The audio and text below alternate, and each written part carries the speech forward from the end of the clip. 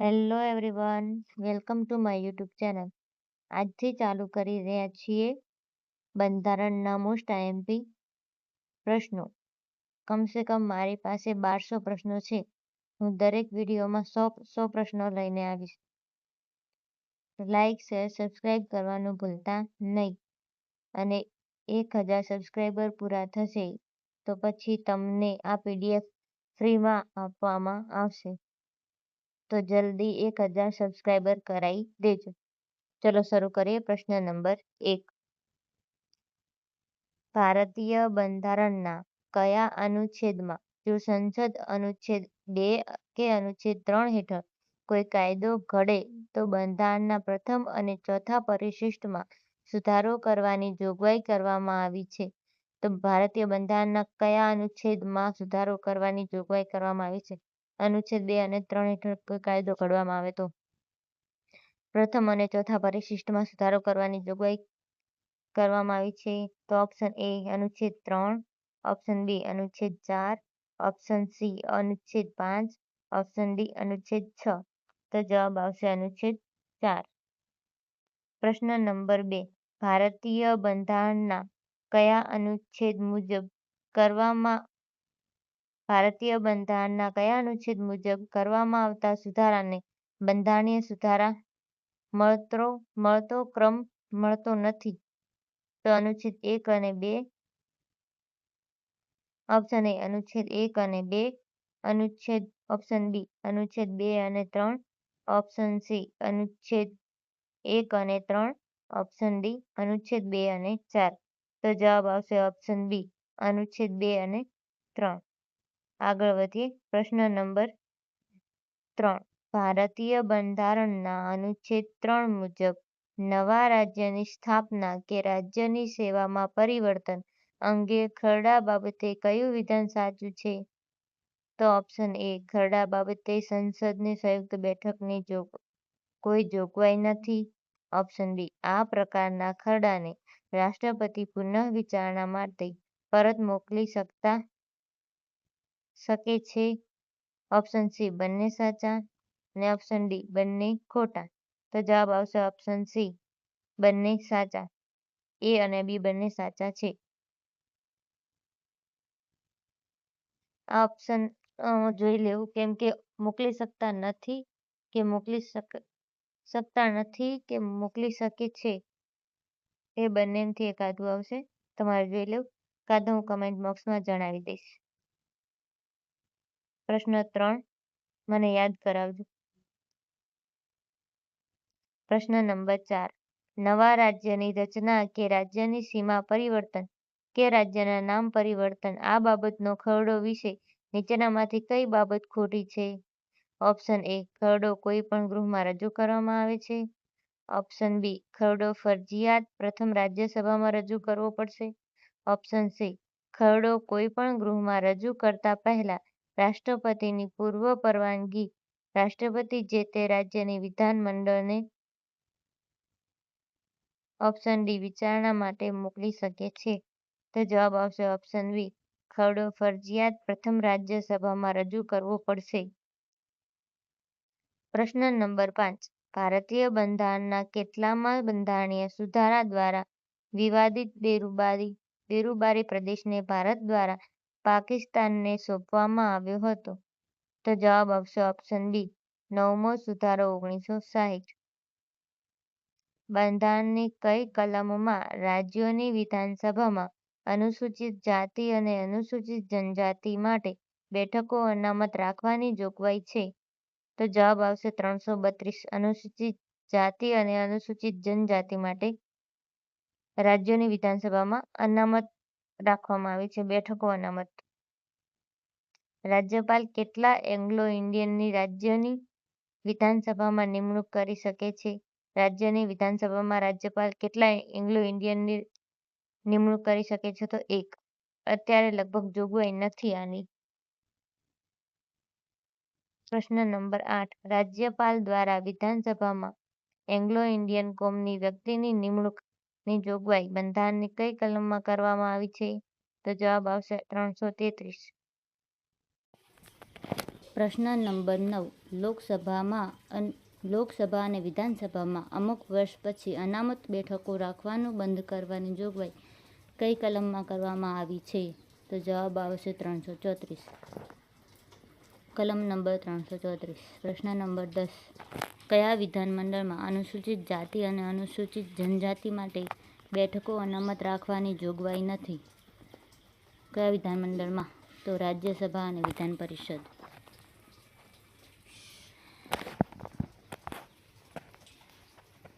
ભારતની રાષ્ટ્રભાષા અંગેની જોગવાઈ કઈ કલમમાં છે? તો કોઈ ઉલ્લેખ નથી. રાજભાષા આયોગની જોગવાઈ બંધારણની કઈ કલમમાં છે? તો 344. પ્રથમ રાજભાષા આયોગનું ગઠન કયા વર્ષે કરવામાં આવ્યું હતું? તો 1955. પ્રથમ રાજભાષા આયોગના અધ્યક્ષ કોણ હતા? તો શ્રી બી.જી. ખેર. રાજભાષા અધિનિયમ ક્યારે પસાર કરવામાં આવ્યો? તો 1963માં. ફરિયાદના નિવારણ માટે ઉપયોગમાં લેવાની ભાષાની જોગવાઈ બંધારણની કઈ કલમમાં છે? તો જવાબ આવશે 350. બંધારણની કઈ કલમ અલ્પસંખ્યક બાળકોને માતૃભાષામાં પ્રાથમિક શિક્ષણ આપવાની જોગવાઈ કરે છે? તો 350A. બંધારણની કઈ કલમ ભાષાકીય લઘુમતીઓ માટે ખાસ અધિકારીની નિયુક્તિ કરવાની જોગવાઈ ધરાવે છે? તો જવાબ આવશે 350B. હિન્દી ભાષાના વિકાસ માટે સંઘની ફરજની જોગવાઈ બંધારણની કઈ કલમમાં કરવામાં આવી છે? તો જવાબ આવશે 351. પ્રારંભમાં સંવિધાનની 8મી સૂચિમાં કેટલી ભાષાઓ હતી? તો જવાબ આવશે 8. 8મી સૂચિમાં 8 ભાષાઓ હતી. તો તમારે કમેન્ટ બોક્સમાં જણાવવાનું કે હાલમાં સંવિધાનમાં કેટલી ભાષાઓ છે. હાલમાં કેટલી ભારતીય ભાષાઓને શાસ્ત્રીય ભાષાઓનો દરજ્જો મળેલ છે? તો જવાબ તમિલ 6 ભાષાઓ. તમિલ, સંસ્કૃત, કન્નડ, મલયાલમ, તેલુગુ અને ઉડિયા. કયા અધિનિયમ દ્વારા અંગ્રેજીનો અનિશ્ચિત સમય સુધી ઉપયોગ કરવાની જોગવાઈ કરાઈ છે? તો રાજભાષા અધિનિયમ 1963. રાજભાષા અંગેની સંસદીય સમિતિમાં કુલ કેટલા સદસ્યો હોય છે? તો જવાબ આવશે 30. લોકસભામાં 20 અને રાજ્યસભામાં 10. પ્રથમ રાજભાષા આયોગનું ગઠન કયા વર્ષે કરવામાં આવ્યું હતું? તો જવાબ આવશે 1955. રાજભાષા આયોગના અધ્યક્ષ અને સદસ્યોની નિમણૂક કોણ કરે છે? તો જવાબ આવશે રાષ્ટ્રપતિ. ભારતના બંધારણમાં કઈ કટોકટીની જોગવાઈ છે? તો જવાબ રાષ્ટ્રીય કટોકટી, બંધારણીય કટોકટી અને નાણાકીય કટોકટી. આ 3 પ્રકારની કટોકટીની જોગવાઈ બંધારણમાં છે. અને તમારે કમેન્ટ બોક્સમાં જણાવવાનું કે કયા અનુચ્છેદ પ્રમાણે કટોકટી જાહેર કરી શકાય છે. ઓકે, જેનો જવાબ સાચો હશે તેની કમેન્ટ પિન કરવામાં આવશે. પ્રશ્ન નંબર 27. રાષ્ટ્રીય કટોકટીની જોગવાઈ બંધારણની કઈ કલમમાં કરવામાં આવી છે? લો આવી જો જવાબ 352. રાષ્ટ્રીય કટોકટી. બંધારણીય કટોકટીની જોગવાઈ બંધારણની કઈ કલમમાં કરવામાં આવી છે? તો 356. બંધારણીય કટોકટીને બીજા કયા નામે ઓળખવામાં આવે છે? રાષ્ટ્રપતિ શાસન. નાણાકીય કટોકટીની જોગવાઈ કઈ કલમમાં કરવામાં આવી છે? તો 360. અનુચ્છેદ 352 પ્રમાણેની કટોકટી ક્યાં લાગુ પડે છે? તો સંપૂર્ણ ભારત અથવા તેના કોઈપણ પ્રદેશમાં. પ્રશ્ન નંબર 32. રાષ્ટ્રપતિને રાષ્ટ્રીય કટોકટી ક્યારે પાછી ખેંચવી પડે છે? જો લોકસભા કટોકટી પરત ખેંચવા સાધારણ બહુમતીથી ઠરાવ પસાર કરે તો. પ્રશ્ન નંબર 33. રાષ્ટ્રીય કટોકટી પરત ખેંચવાની રાષ્ટ્રપતિની જાહેરાત અને સંસદના અનુમોદનની આવશ્યકતા છે? ના. રાષ્ટ્રીય કટોકટી પાછી ખેંચવામાં રાષ્ટ્રપતિની જાહેરાત અને સંસદના અનુમોદનની આવશ્યકતા નથી. રાષ્ટ્રીય કટોકટી દરમિયાન અનુચ્છેદ 20 અને 21 સિવાયના મૌલિક અધિકારોનું નિલંબન કઈ રીતે થાય છે? તો રાષ્ટ્રપતિના આદેશ દ્વારા. અત્યાર સુધી ભારતમાં કેટલી વખત રાષ્ટ્રીય કટોકટી લાદવામાં આવી છે? તો જવાબ આવશે 3 વખત. ભારતમાં કયો સમય બેવડી કટોકટીનો રહ્યો? જવાબ 25 જૂન 1975 થી 21 માર્ચ 1977. 1975ની રાષ્ટ્રીય કટોકટી પછી કટોકટીની જોગવાઈ કરતો કયો મહત્વનો બંધારણીય સુધારો કરવામાં આવ્યો? 44મો બંધારણીય સુધારા અધિનિયમ. કયા પ્રકારની કટોકટીમાં સુપ્રીમ કોર્ટ અને હાઈકોર્ટના ન્યાયાધીશોના પગાર ભથ્થા ઘટાડવામાં આવે છે? તો જવાબ આવશે નાણાકીય કટોકટીમાં. નાણાકીય કટોકટી દરમિયાન રાજ્યના બજેટ અને ખર્ચ પર કોનું નિયંત્રણ હોય છે? તો કેન્દ્ર સરકારનું નિયંત્રણ હોય છે. રાષ્ટ્રપતિ શાસન દરમિયાન રાષ્ટ્રપતિના પ્રતિનિધિ તરીકે કોણ ફરજ બજાવે છે? તો રાજ્યપાલ. રાષ્ટ્રપતિ શાસન વખતે રાજ્ય સૂચિમાંના વિષય પર કાનૂન બનાવવાની સત્તા કોને હોય છે? તો સંસદ. રાષ્ટ્રપતિ શાસન દરમિયાન રાજ્ય માટે વટહુકમ બહાર પાડવાની સત્તા કોને છે? તો રાષ્ટ્રપતિને. નાણાકીય કટોકટીને કેટલા સમયમાં સંસદનું અનુમોદન ન મળે તો નાણાકીય કટોકટીનો આપોઆપ અંત કરવામાં આવે છે અથવા અંત થાય છે? 2 મહિના. આ પ્રશ્ન કોન્સ્ટેબલમાં પૂછાઈ ગયો. અનુચ્છેદ 356 ઉપરાંત કયા અનુચ્છેદમાં રાજ્યમાં રાષ્ટ્રપતિ શાસન લાદવાના કારણનો ઉલ્લેખ છે? તો 365. કયા બંધારણીય સુધારા અધિનિયમ અંતર્ગત રાષ્ટ્રપતિ કટોકટીની જાહેરાત મંત્રીમંડળની લેખિત ભલામણ સિવાય ન કરી શકે તેવો સુધારો બંધારણમાં કરવામાં આવ્યો? તો જવાબ 44મા બંધારણીય સુધારા અધિનિયમ 1978. બંધારણની કઈ કલમમાં મોટા બંદરો અને વિમાન મથકોને સંસદે કે રાજ્યોના વિધાનમંડળે ઘડેલ કાનૂનમાંથી બાકાત રાખવાની જોગવાઈ કરવામાં આવી છે? તો જવાબ આવશે 364. સંવિધાનની જોગવાઈ પ્રમાણે સંઘની કાર્યપાલિકાના આદેશો ન માનવા. પ્રશ્ન નંબર 47. સંવિધાનની જોગવાઈ પ્રમાણે સંઘની કાર્યપાલિકાના આદેશો ન માનવા કે અમલ ન કરવા બદલ રાજ્યમાં રાષ્ટ્રપતિ શાસન લાદવાની જોગવાઈ કઈ કલમમાં કરવામાં આવી છે? તો 365. બંધારણની કઈ કલમ અન્વયે રાજ્ય બંધારણની જોગવાઈ પ્રમાણે સંઘના કાર્યપાલિકાના આદેશો માનવા બંધાયેલા છે? જવાબ આવશે 365. બંધારણની કઈ કલમમાં વિભિન્ન પદોની વ્યાખ્યા આપેલી છે? તો 366. વિદ્યમાન કાયદાની વ્યાખ્યા કઈ કલમમાં આપેલી છે? 366(10). એંગ્લો ઇન્ડિયનની વ્યાખ્યા કઈ કલમમાં આપેલી છે? 366(2). રાજ્યપત્રિત જાહેરનામાની વ્યાખ્યા કઈ કલમમાં આપેલી છે? 366(19). સંવિધાનમાં સંશોધન વિધેયક માટે સંસદના બંને ગૃહોની સંયુક્ત બેઠક બોલાવી શકાય છે? ના, નથી બોલાવી શકાતી.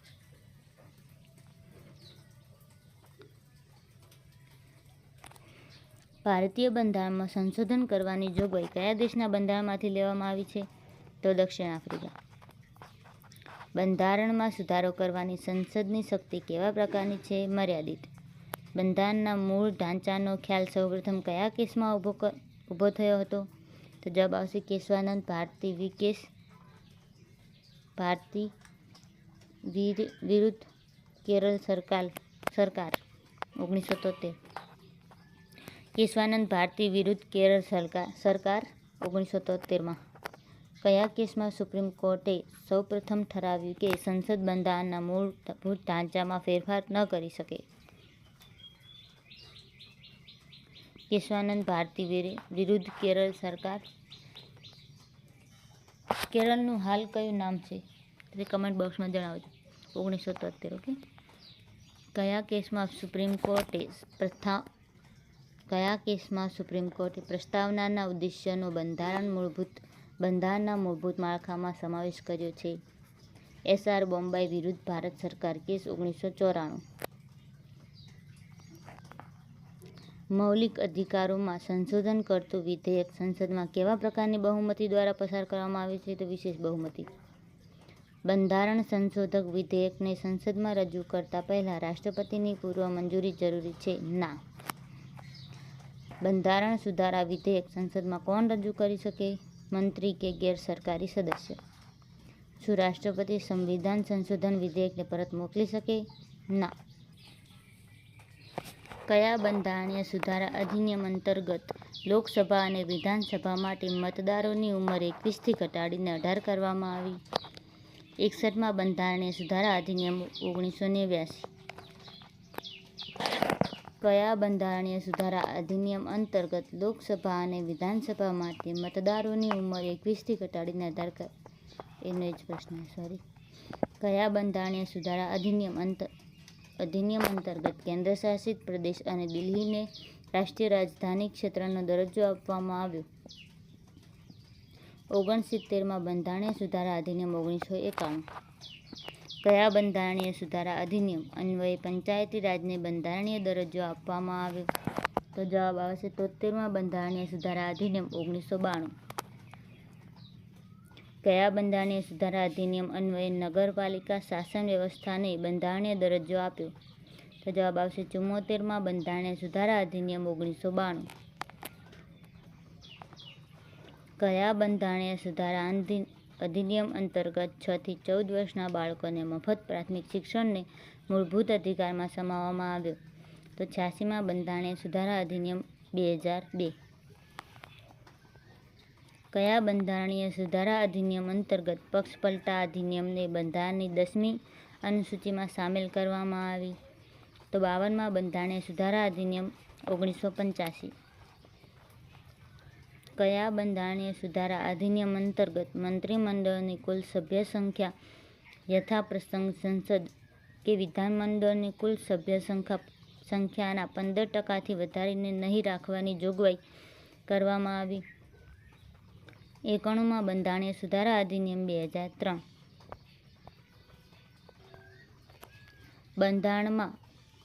બંધારણીય સુધારાની કેટલી કાર્યરીતિઓની જોગવાઈ છે? 3. સંસદમાં સાદી બહુમતી, વિશેષ બહુમતી અને બેવડી બહુમતી. કયા બંધારણીય સુધારાને સુપ્રીમ કોર્ટે ગેરબંધારણીય ગણાવ્યો? તો જવાબ આવશે 99માં બંધારણીય સુધારા અધિનિયમ 2013. કયા બંધારણીય સુધારા અધિનિયમ અંતર્ગત પંચાયતી રાજને બંધારણીય દરજ્જો આપવામાં આવ્યો? 73માં બંધારણીય સુધારા અધિનિયમ 1992. ભારતના બંધારણની બધી જ જોગવાઈઓનો અમલ ક્યારથી થયો? તો જવાબ આવશે 26 જાન્યુઆરી 1950. રાષ્ટ્રપતિ દ્વારા બંધારણના હિન્દીમાં અદ્યતન અનુવાદ કરાવશે તેવી જોગવાઈ કઈ કલમમાં કરવામાં આવી? તો જવાબ આવશે 394A. કયા બંધારણીય સુધારા અધિનિયમ દ્વારા બંધારણના હિન્દી ભાષામાં અદ્યતન અનુવાદ કરાવવાની જોગવાઈ કરવામાં આવી છે? 58માં બંધારણીય સુધારા અધિનિયમ 1987. ભારતીય બંધારણીય કયા અનુચ્છેદો 26 નવેમ્બર 1949થી જ અમલી બન્યા હતા? તો અનુચ્છેદ નંબર 5, 6, 7, 8, 9, 60, 324, 366, 367, 379, 380, 388, 391, 392, 393. રાજ્યસભા માટેની કાર્યમંત્રણા સમિતિમાં કેટલા સદસ્યો હોય છે? તો 11. સરકારી આશ્વાસન સંબંધી સમિતિમાં કેટલા સદસ્યો હોય છે? લોકસભા માટેની સમિતિમાં 15 અને રાજ્યસભા માટેની સમિતિમાં 10 સભ્યો.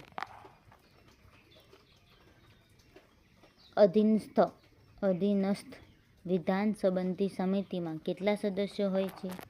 લોકસભા માટેની સમિતિમાં 15 અને રાજ્યસભા માટેની સમિતિમાં 10. ગ્રંથાલય સમિતિમાં કેટલા સદસ્યો હોય છે? લોકસભાના 6 અને રાજ્યસભાના 3.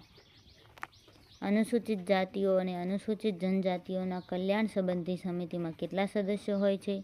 લોકસભાના 20 અને રાજ્યસભાના 10. સંસદની પ્રત્યેક વિભાગીય સમિતિની સભ્ય સંખ્યા કેટલી હોય છે? તો 45. ટોટલ 45. લોકસભામાં 30 અને રાજ્યસભામાં 15. વિભાગીય સમિતિઓ કાર્યકાળ કેટલા વર્ષનો હોય છે? તો 1 વર્ષ. સૌથી મહત્વની તદર્થ સમિતિ છે પ્રવર સમિતિ. કોઈ વિધેયક પર વધુ વિચારણા કરવા માટે તે વિધેયક કઈ સમિતિ સમક્ષ મોકલી આપવામાં આવે છે? તો પ્રવર સમિતિ. તદર્થ સમિતિઓનો કાર્યકાળ કેટલા વર્ષનો હોય છે? તો કાર્યકાળ નિયત હોતો નથી, અસ્થાયી સમિતિઓ છે. અમુક વર્ગો સંબંધી ખાસ જોગવાઈઓ બંધારણના કયા ભાગમાં કરવામાં આવી છે? તો 16. બંધારણની કઈ કલમમાં લોકસભા માટે અનુસૂચિત જાતિઓ અને અનુસૂચિત જનજાતિઓ માટે બેઠકો અનામત રાખવાની જોગવાઈ છે? તો 333. રાષ્ટ્રપતિ કેટલા એંગ્લો ઇન્ડિયન પ્રતિનિધિઓની લોકસભામાં નિમણૂક કરી શકે છે? તો 2. રાષ્ટ્રપતિ દ્વારા લોકસભામાં એંગ્લો ઇન્ડિયન કોમના 2 વ્યક્તિઓની નિમણૂક કરવાની જોગવાઈ બંધારણની કઈ કલમમાં કરવામાં આવી છે? તો 331. એંગ્લો ઇન્ડિયનની વ્યાખ્યા બંધારણની કઈ કલમમાં કરવામાં આવી છે? તો 366(2). અનુસૂચિત જાતિ અને અનુસૂચિત જનજાતિ માટે નોકરીમાં અનામત રાખવા તેમજ નોકરીની ભરતીમાં છૂટછાટ આપવા સંબંધી જોગવાઈ કઈ કલમમાં કરવામાં આવી છે? તો જવાબ આવશે 335. એંગ્લો ઇન્ડિયન કોમના લાભ માટે શૈક્ષણિક ગ્રાન્ટ આપવાની જોગવાઈ કઈ કલમમાં છે? તો જવાબ આવશે 337. અનુસૂચિત જાતિઓ માટેના રાષ્ટ્રીય આયોગની જોગવાઈ કઈ કલમમાં કરવામાં આવી છે? તો 338. અનુસૂચિત આદિજાતિઓ માટેના રાષ્ટ્રીય આયોગની જોગવાઈ કઈ કલમમાં કરવામાં આવી છે? તો 338(a). કયા બંધારણીય સુધારા અધિનિયમ પ્રમાણે અનુસૂચિત જાતિઓ અને અનુસૂચિત જનજાતિઓ માટે અલગ રાષ્ટ્રીય આયોગની રચના કરવામાં આવી છે? તો 89મો બંધારણીય સુધારો અધિનિયમ 2003. રાજભાષા સંબંધિત જોગવાઈઓ બંધારણના કયા ભાગમાં કરવામાં આવી છે? તો બંધારણનો ભાગ નંબર 17. ભાષા સંબંધિત જોગવાઈઓ બંધારણની કઈ કલમમાં કરવામાં આવી છે? તો 343 થી 351. સંવિધાનની 8મી સૂચિમાં શેનો ઉલ્લેખ છે? તો બંધારણની માન્ય ભાષાઓ. સંઘની રાજભાષા કઈ છે? તો દેવનાગરી લિપિવાળી હિન્દી. સંઘની રાજભાષાની જોગવાઈ બંધારણની કઈ કલમમાં છે? તો 343. જો તમને આ 100 પ્રશ્નો પસંદ આવ્યા હોય તો મારા વિડીયોને લાઇક, શેર અને સબસ્ક્રાઈબ કરવાનું ભૂલતા નહીં. જો આ વિડીયો પર સારો રિસ્પોન્સ આવશે તો જ બીજો વિડીયો મૂકવામાં આવશે, નહીંતર મૂકવામાં આવશે નહીં. થેન્ક યુ એન્ડ આભાર. કમેન્ટ બોક્સમાં જણાવજો કે તમને આ વિડીયો કેવો લાગ્યો. અને હા, નેક્સ્ટ કયા ટોપિક તમને જોવે એ પણ જણાવજો. કયા વિષયનો કયો ટોપિક જોવે છે.